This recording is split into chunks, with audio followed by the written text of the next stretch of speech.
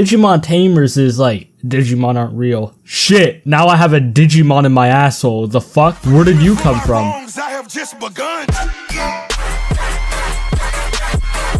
Ain't no mercy. Ain't no mercy. Yo, I'm recording this part a month and a half after all the other parts were recorded. All the silvers, the first of mine, so I have to record 2 parts. Like, right fucking now. But anyways, let's just get into talking about Digimon Tamers.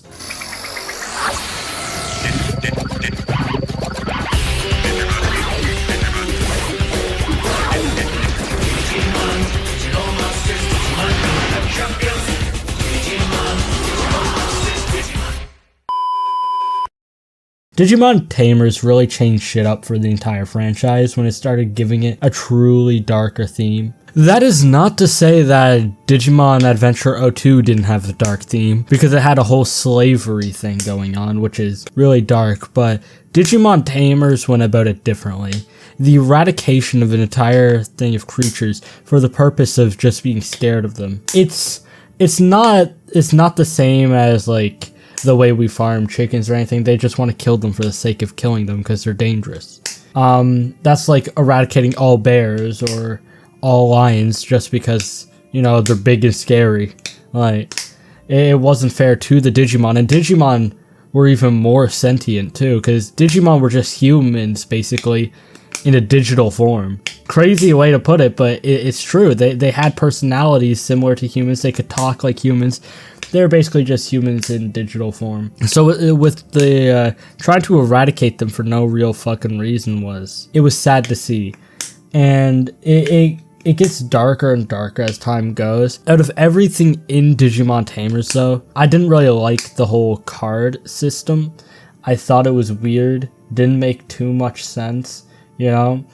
But the series, it did resonate with me, unlike the other two, because you felt more like you were in it, because the other two is just like, oh shit, we're transported to the digital world, whatever will we fucking do? Digimon Tamers is like, Digimon aren't real. Shit, now I have a Digimon in my asshole. The fuck? Where did you come from? I'm just like, bro, I wish my Digivice would come up and just go, yo, you now have a Digimon, bro. Do with that information what you will. I want a Digimon, alright? I want one. Fuck yeah. If I could choose a Digimon, who would I want? I think I might like Gumdramon. Gumdramon is really fucking cool. Or I could go for my favorite Digivolution lines, either Bukamon that turns into Vikemon, or I could go for Lopmon that turns into Antilamon. I would not let it Digivolve again. Fuck Cherubimon. That shit looked dumb as fuck, but still my favorite Digivolution line. Anyways, let's get back into the things. It had its poor times where I just didn't like it, but for the most part it was great.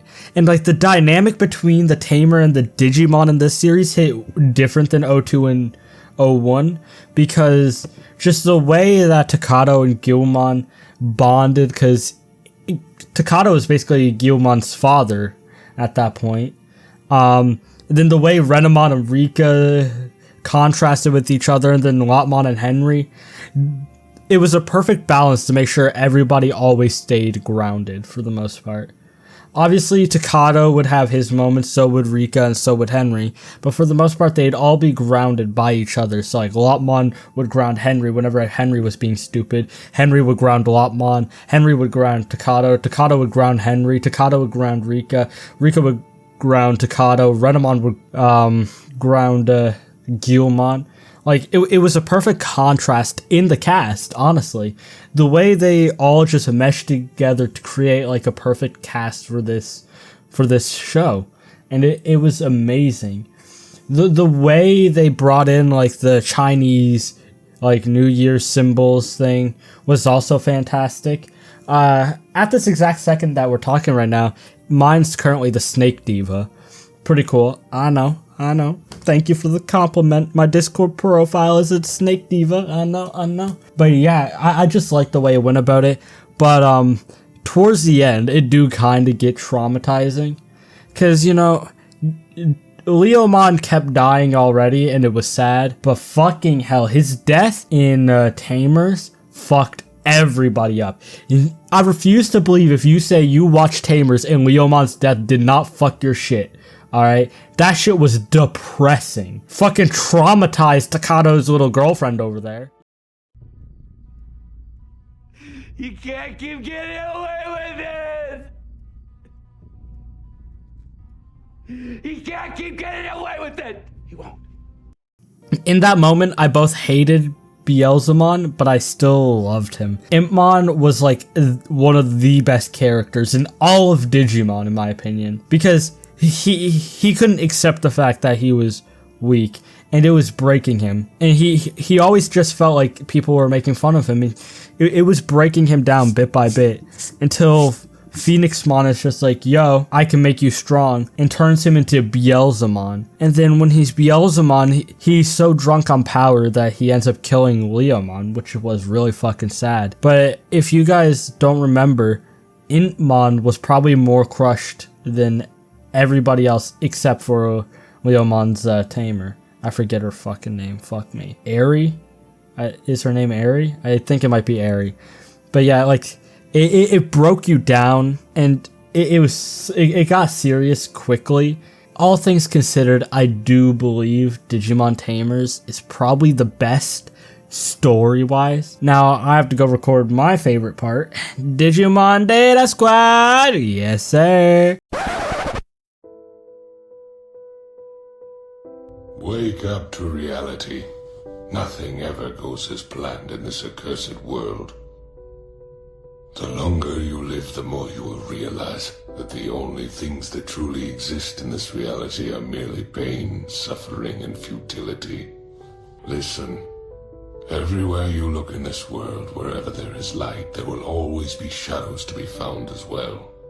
As long as there is a concept of victors, the vanquished will also exist. The selfish intent of wanting to preserve peace initiates wars, and hatred is born in order to protect love. There are nexuses, causal relationships that cannot be separated. So, Frontier. Frontier is a fascinating season for a lot of reasons. It's the most connected I feel the Digimon world gets, using the train tracks and using the different paths and seeing the different sections of the world by the end of Frontier, and how each section kind of has its own life and its own code.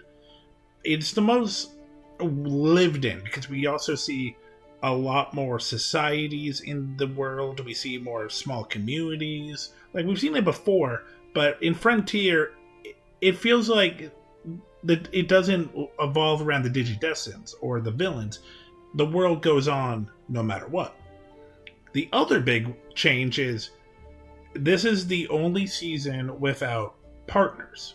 Every season of Digimon, a Digidestined has a Digi-partner. In Frontier, they are the Digimon. They actually use their Digivices to turn into Digimon and evolve like a Digimon. Now, we've seen with Tamers them fusing with Digimon, but like this is the first time where like they are literally digitizing themselves from the beginning, and it's a different feel. Some people do not like the idea of the Digidestineds being the Digimon, because like since the beginning it was kind of this partnership. Like, again, Digimon's supposed to be a rival to Pokemon, and it's just that companionship kind of thing. This kind of gets rid of that.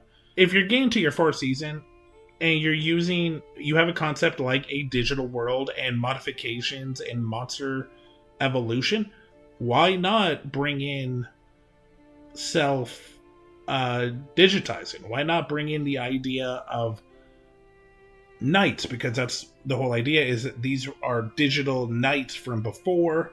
There's like 12 of them. Some of them are villains and some of them are heroes.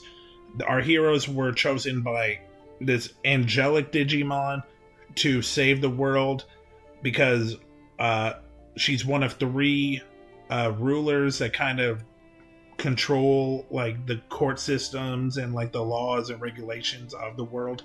One of them went evil, and one of them is trapped in a box.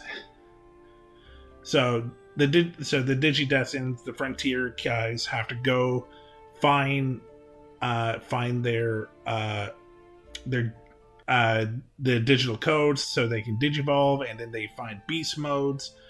They got to fight the evil Digi Knights that exist. One of them being Nomon, and I fucking love Nomon, this little goon of a guy. And take down one of the evil three. That's the basics of the story for the most part. Obviously, they beat them. Boom, great. We can go home? No, because it turns out there was a even stronger, older evil knights, and they are literally ripping apart the code of the digital world one by one. Each section has their own code, and they are sucking it up, getting the raw digital energy, destroying the land, everything wiped off the world, and dropping it into the middle where Lucifermon is trapped. Yeah, it gets biblical in Frontier. Literally, these two evil Digimon, who also something that's kind of new, wipes the floor with the Digidestineds on multiple occasions. They win several fights to feed this demonic dark angel Digimon that's in the middle of the digital world. Like, this is fucking badass. You have your final boss, literally the Digimon Lucifer Morningstar, the angel that fell from heaven as a Digimon boss. Frontier has a lot of awkward issues. Like, the characters are hit or miss. There's a lot of like no growth. Like, none of them really grow as characters. The only one that kind of grows is the twins, and that's because they're kind of a plot point, but none of them really feel like they change at all through the whole journey. So that's kind of a disappointment. They do have two sidekick Digimon, and they are also really annoying. They're just there for comic relief, and they don't really do anything. There's a weird subplot of one of them giving birth to a rebirth, one of the three gods that died in the middle of the season. It's weird. It's fucking weird. But the concepts that I bring into it and the world is so fascinating. I recommend Frontier. It's not going to be everyone's cup of tea, but it's definitely a watch if you're a Digimon fan.